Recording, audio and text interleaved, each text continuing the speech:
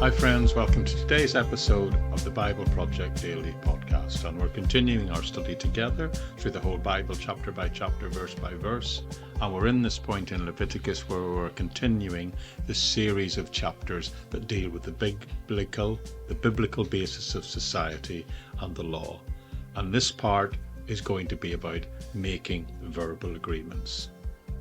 Now I wonder if you've ever had someone make an agreement with you only to turn around and break it. Perhaps maybe you've made an agreement with someone yourself but didn't actually keep it. It can work both ways. Sometimes we're the ones who may in fact have been in the wrong. You know, there was a time when making an agreement was as simple as giving your word and sealing it with a handshake. In fact, these days, if you buy a house, you will usually find buried deep in the contract that you will sign something along the lines of, it says something like this: the only binding agreement are those written in this contract, adding no oral agreements previously stated are considered binding within this contract. So it seems that legally speaking, gone are the days when your word was your bond.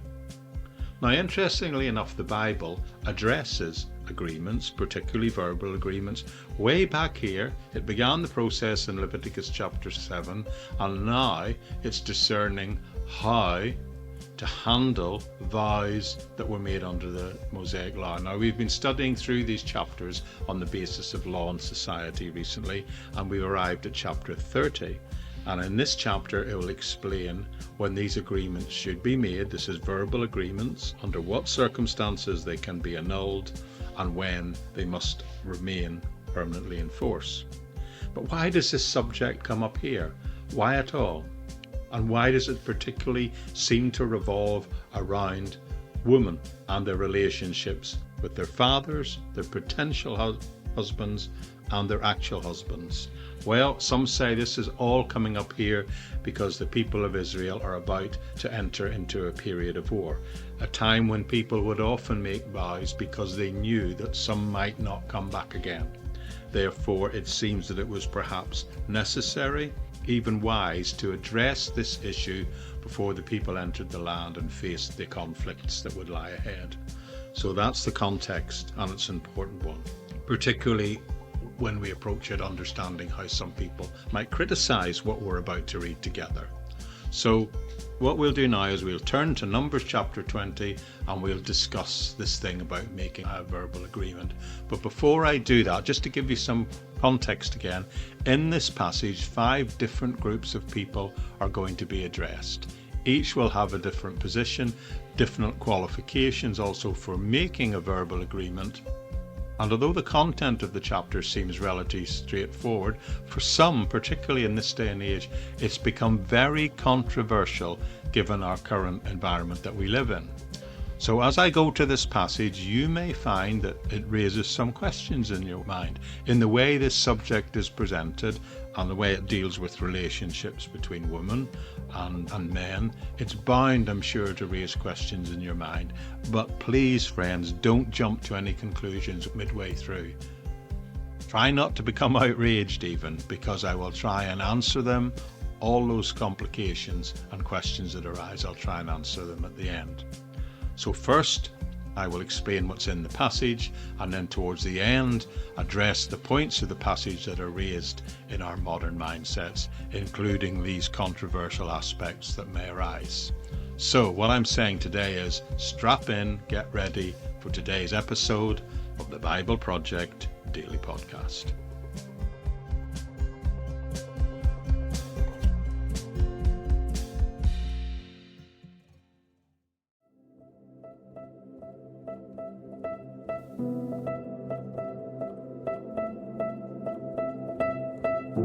Okay, here we go. Here's the passage. Let's see how you react to it on hearing it the first time. All the chapter, verses 1 to 16. Moses said to the heads of the tribe of Israel, "This is what the Lord commands. When a man makes a vow to the Lord or takes an oath to obligate himself by pledge, he must not break his word and must do everything that he said." When a young woman, still living in her father's household, makes a vow to the Lord, or obliges herself by a pledge, and her father hears about her vow or pledge, but says nothing to her, then all her vows and every pledge by which she has obligated herself will stand. But if the father forbids her when he hears about it, none of her vows or pledges by which she obliged herself will stand. The Lord will release her because her father has forbidden her. If she marries after she makes a vow, or after her lips utter a rash promise by which she obliges herself, and her husband hears about it but says nothing to her, then her vows or the pledges by which she obligated herself will stand. But if the husband forbids her when he hears about it, he nullifies the vow that obliged her or the rash promise by which she obliged herself, and the Lord will release her. Any vow or obligation taken by a widow or a divorced woman will be binding on her. If a woman living with her husband makes a vow or obliges herself by a pledge under oath, and her husband hears about it, but says nothing to her, and does not forbid her, then all her vows, the pledges by which she has obliged herself, will stand. But if her husband nullifies them when he hears about them, then none of the vows or pledges that came from her lips will stand. Her husband has nullified them, and the Lord will release her. Her husband may confirm or nullify any vow she makes, or any sworn pledge to deny herself. But if the husband says nothing to her about it from day to day, then he confirms all her vows or the pledges binding on her. He confirms them by saying nothing to her when he hears about them. If, however, he nullifies them sometime after he hears about them, then he must bear the consequences of her wrongdoing. These are the regulations the Lord gave Moses concerning relationships between a man and his wife, and between a father and his young daughter still living at home. Okay, there we go. Now, there are 5 cases, 5 sections, 5 types of vows seen here in Numbers chapter 30. 5 different cases regarding vows or promises that people make that might oblige them.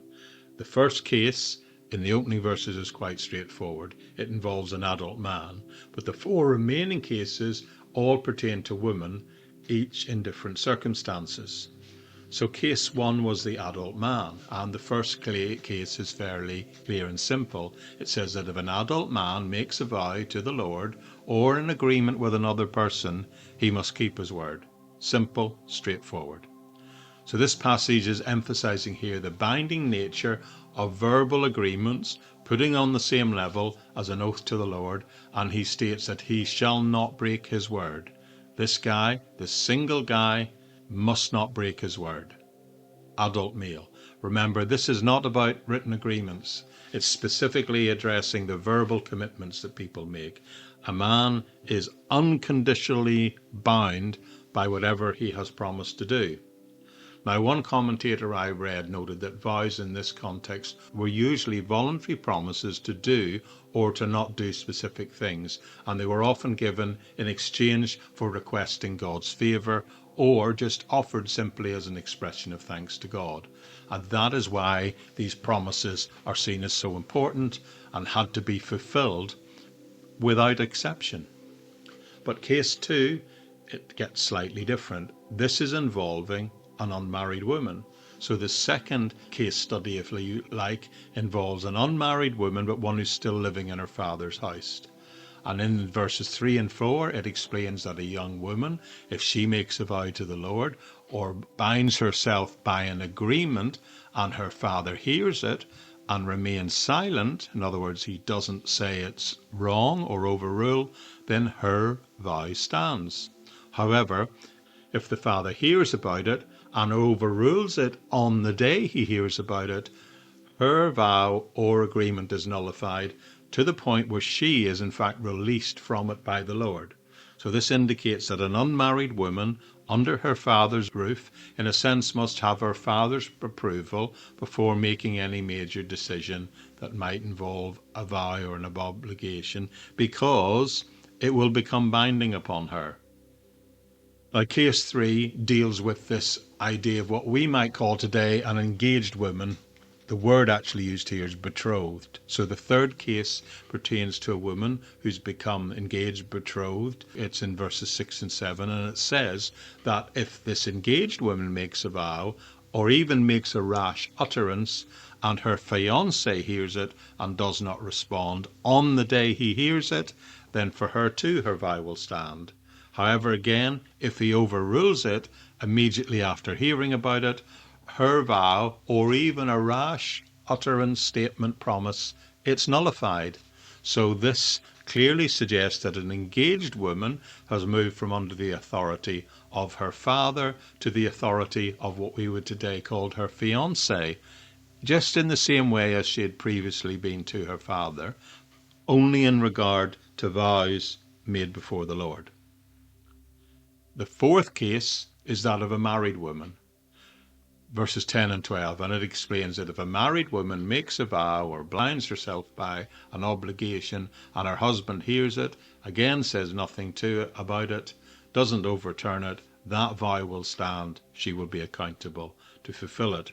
However, her husband, again, he can nullify it on the day he hears about it, and that promise, that pledge she makes, she shall not be bound by it. The Lord again will release her because her husband nullified it at the point of hearing about it. Again, this is underscoring this idea of the husband's authority over his wife in terms of vows and commitments. And then the final case we get to is that of a widow or a divorced woman. So this fifth case involves a woman in this situation. Verse 9 states that any vow or obligation taken by such a woman, whether a widow or divorced, is binding upon her. So you need to understand that that reflects her now independent status, also combined with responsibility for any commitments that she makes on her own account. So let's try and get a handle on understanding, interpreting the principles that lie behind what's going on here. These cases highlight for us biblical Old Testament principles governing vows and agreement.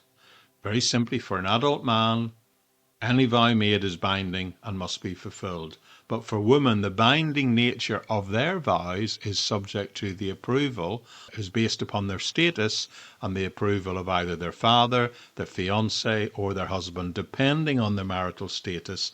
And that absolutely reflected the culture and the legal context of ancient Israel at that time, whereby a woman's vow could be overruled by the male authority figure in her life at that time.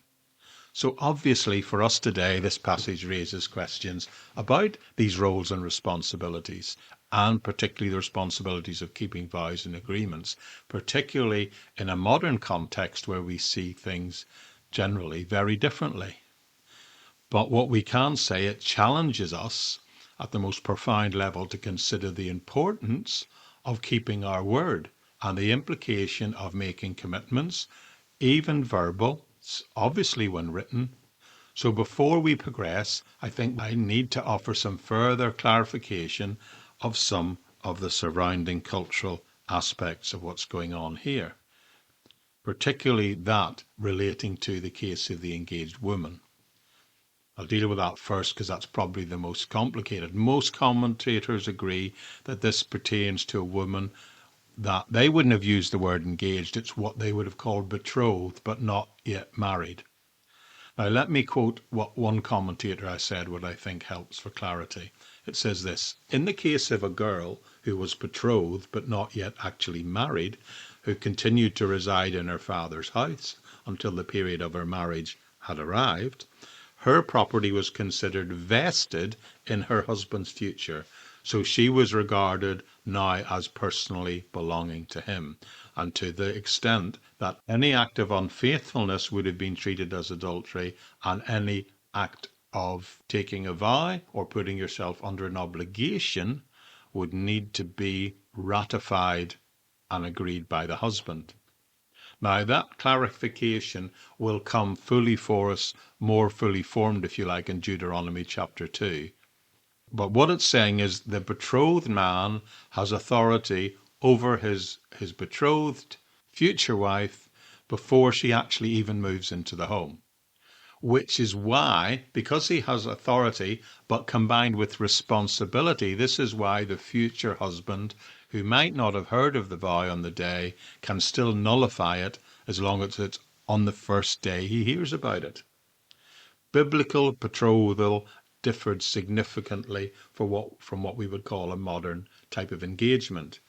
The thing in contemporary European and American culture, and I think in many cultures around the world, is engagement is seen as a period leading up to the marriage, and the marriage is only formalized once the vows are exchanged in the ceremony, the marriage ceremony. That's when the marriage, if you like, is consummated and made real. However, in biblical times, it was at the point of betrothal that the binding agreement existed. It may have been arranged by parents, with the parents of both sides, the young woman and the young man. But at that point, when all agreed to it, and there were caveats and out for the women and the men as well, but at that point, the betrothed woman was considered legally connected to her future husband. We see it in the story of Joseph and Mary. Mary was betrothed to Joseph. She wasn't engaged to him. She was betrothed, and she found she was pregnant. Now, Joseph, according to Matthew's account, he could have caused all sorts of problems for her, and he did for a time consider divorcing her quietly, so he clearly cared about her. He wanted to release her in a way which would avoid public disgrace, but he had this experience where an angel came and told him to marry her. But the point I'm making here is during this betrothal period, a woman's future husband had the authority and the responsibility to take care of his wife, but included in that authority was the ability to nullify any vows that she made, providing he did it immediately. But we also saw the passage address widows and divorced women as well, and it was notable here, wasn't it, that the vow of the widow or the divorced woman would stand. So that's notable because unlike married women or betrothed women, widowed and divorced women, they had no male authority figure in their lives, no father or husband to protect them or to take responsibility in any way, so no one had that authority to approve or nullify their vows. So they were always directly responsible to God for their commitments, exactly the same as the men described in verses 1 and 2.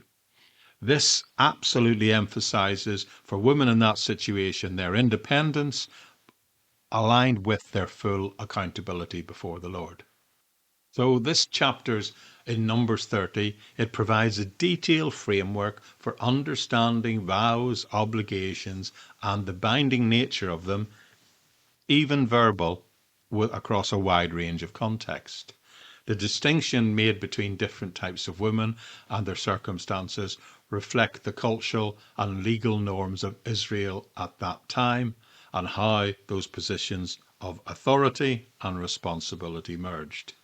So we have, just to break it down for you very simply again, we have one adult man, their vows are always binding. Two unmarried women, their vows need the father's approval if they're still living under his roof. Then 3 betrothed women, their future husbands, from the moment they become betrothed, have the authority to nullify their vows. Widowed and divorced women, their vows are directly accountable before God. There's no intermediary involved there. And finally, married women, their vows can be nullified by their husband if they choose to do so upon hearing them immediately, but if not, they must stand.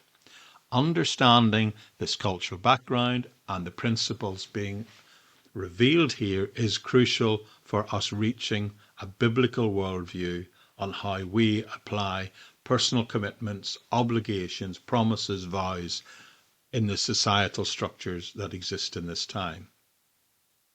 But as we think about this further, we have to keep in mind the historical and cultural context that shaped these regulations, because this passage not only sheds light on the ancient practices then, but also invites us to reflect on the importance and, more importantly, the integrity and the accountability of all of our own commitments that we make to people before God.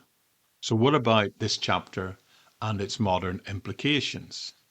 Well, three key observations I would like to draw out of it would be it's dealing in the wider principle with responsibility of those who have authority.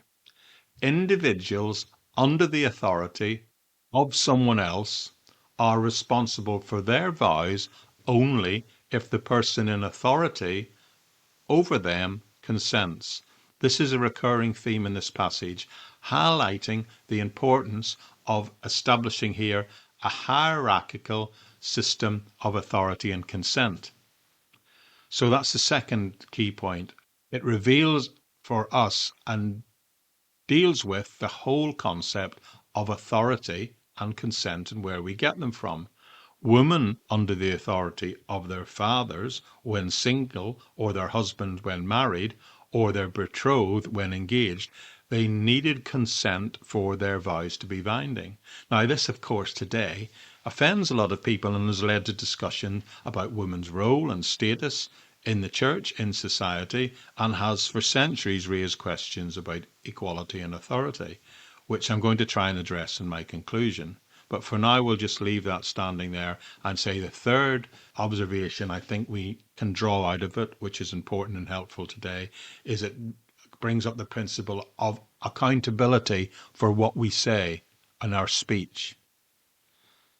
The central lesson being that it is important, really important, that the words that we say we are accountable for, whether it is a vow to the Lord, an agreement between individuals, or even friends, just a rash statement that you might make. The Bible underscores the need for us here. Ultimately, the principle being revealed is you need to take the words that come out of your mouth seriously, particularly when they by nature mean some sort of obligation or a commitment is being suggested. Okay, let's try and address these modern concerns in closing. The passage does raise questions, particularly in our modern context where we live today, where in societies where the concepts of gender equality and individual freedom, individual autonomy are really highly valued in Western democracies. And there are three observations that I want to try and give here to address those particular potential concerns. First of all, the idea of authority in societies and in family.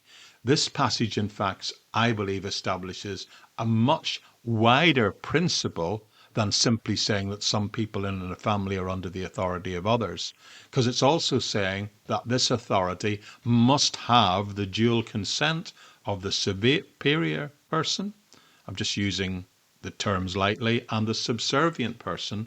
They've both got to agree to this for their vows to actually mean anything.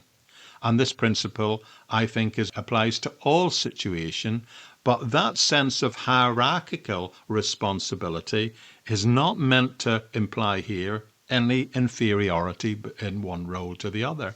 Rather, it just reflects a structure of authority and accountability designed to create order, not just in the family, but in the wider society as well, because it's underpinned by accountability for what you say. Now, those critics of it are based on equality and gender roles. Well, addressing that objection, I would say that it is not in any way saying that by having a hierarchy of authority and responsibility, in no way says that any one of those people are second-class citizens, particularly not the women here. It's critical to understand that biblical headship is simply about roles and responsibility. It's not saying anything about the inherent worth of the people within the hierarchy. It's about creating a hierarchy of accountability, responsibility. It's not suggesting there is any hierarchy of morality. In fact, 1 Corinthians 11:3 states, "The head of every man is Christ." In other words, that's the top of the hierarchy. The head of a wife is her husband, and the head of Christ is God. So this passage and others like in Philippians chapter 2 affirm that Jesus, although under God's authority, is totally equal to God. Why put that verse in? Similarly, a woman under her husband's or father's authority is absolutely of equal value in dignity, in morality, but she just has a different role. In return for the wife submitting willingly in love to the husband is called to love his wife and ultimately to be the one who takes responsibility, to be like Christ, and Christ loved the church. And remember how Christ demonstrated his love for the church.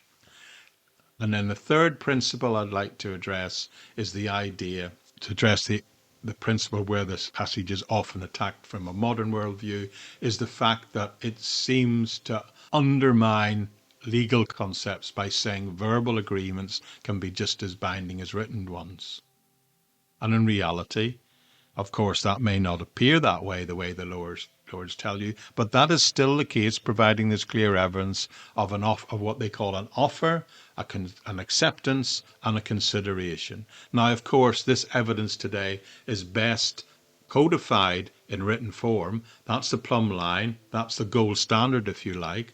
But the law also recognizes that such agreements, such obligations can be evidenced nowadays via tweets, texts, or even video or audio recordings. So the principle here, yes, it's through the cultural normal of the time as a verbal agreement, it highlights, both then from a biblical point of view and for contemporary cultures in which we live in today, that verbal spoken commitments are very, very important, and that what we say can be legally enforceable simply by proving that it's what we say and what we meant in a way that can be challenged with some clear evidence. So in conclusion, overall, I think this passage, this chapter, Numbers 30, is meant to ultimately teach us about the seriousness of what we say, of promises we make, and about the structure of authority and how important it is to have a hierarchy, both within families and then within the wider societies in which we live.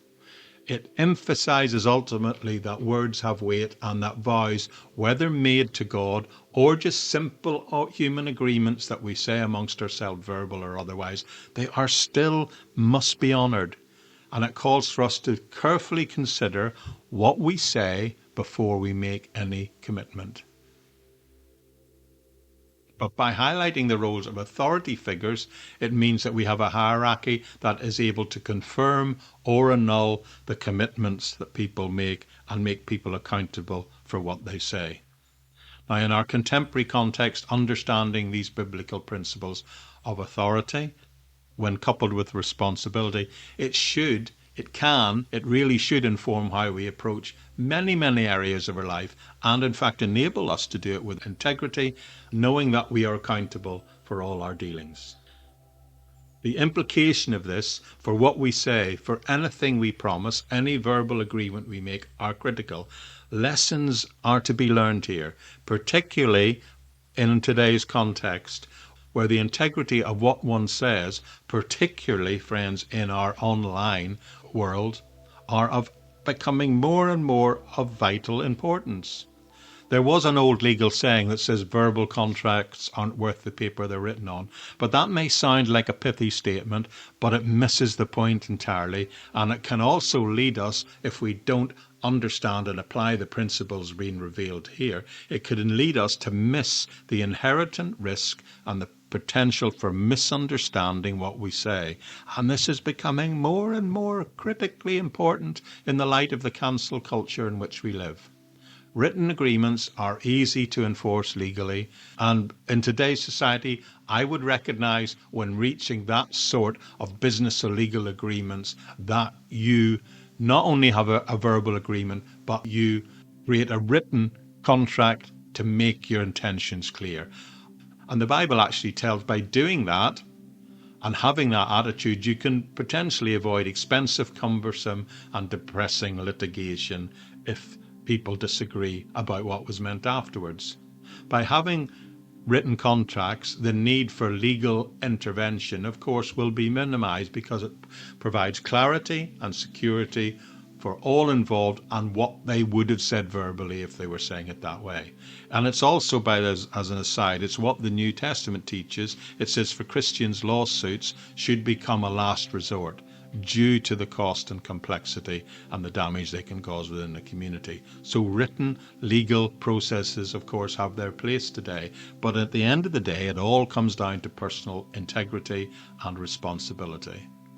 And the principle here in Numbers 30 is that one word should be one's bond. It should be binding, which means as Christians, our speech should and must be trustworthy. Thus, we should always stand by what we say and ensure that any commitments we make are fulfilled, regardless of whether you're a man or a woman, single or engaged, widowed or married. The words we speak should be reliable. In a world where promises and agreements are being treated more and more casually, it's crucial for us as Christian believers to maintain a high standard of honesty and dependability in all things.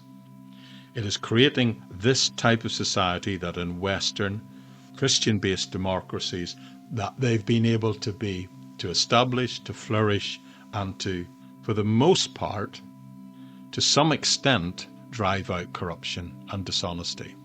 As Christians, our commitment to honesty should be unwavering.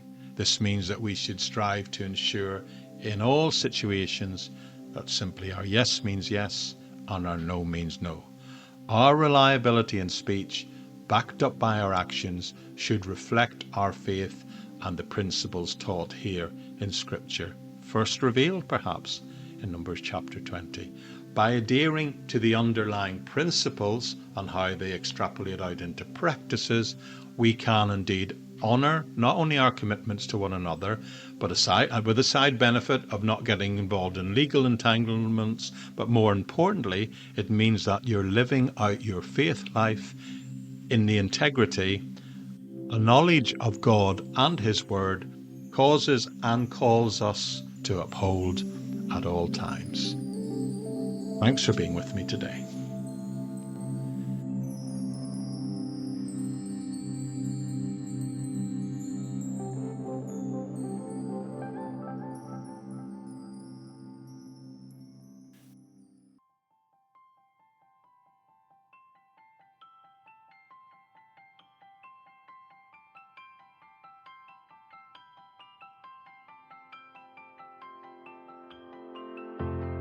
Okay. That's great. It's been great to share with you today.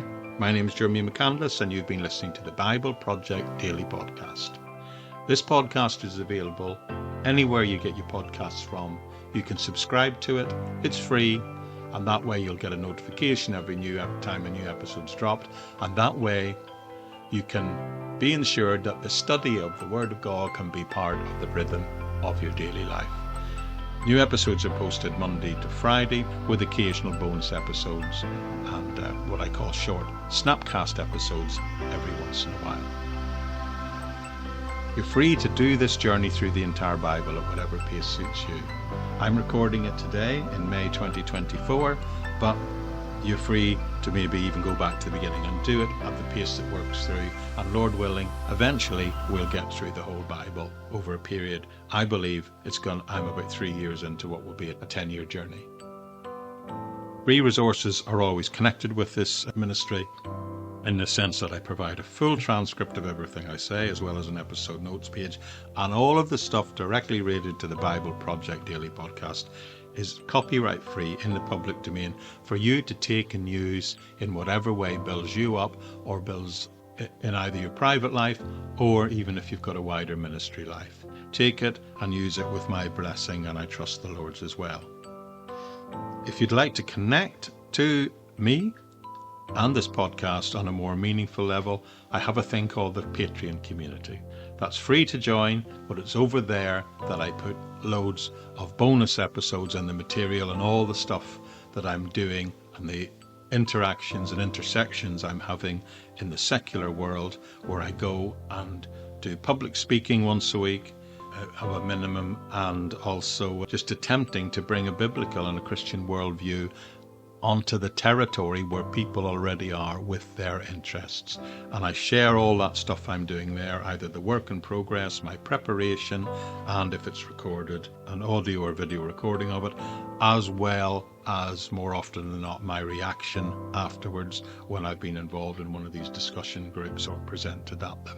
Anything I've prepared or come away with afterwards, I sort of repackage in audio video content, and that I make available over there for anybody who's interested in it. It's also the place where people can choose to support the ministry if they want financially. They don't have to, and by doing that, I make a few bonus episodes which are not widely available, exclusive, if you like, to those people who are supporting in that way.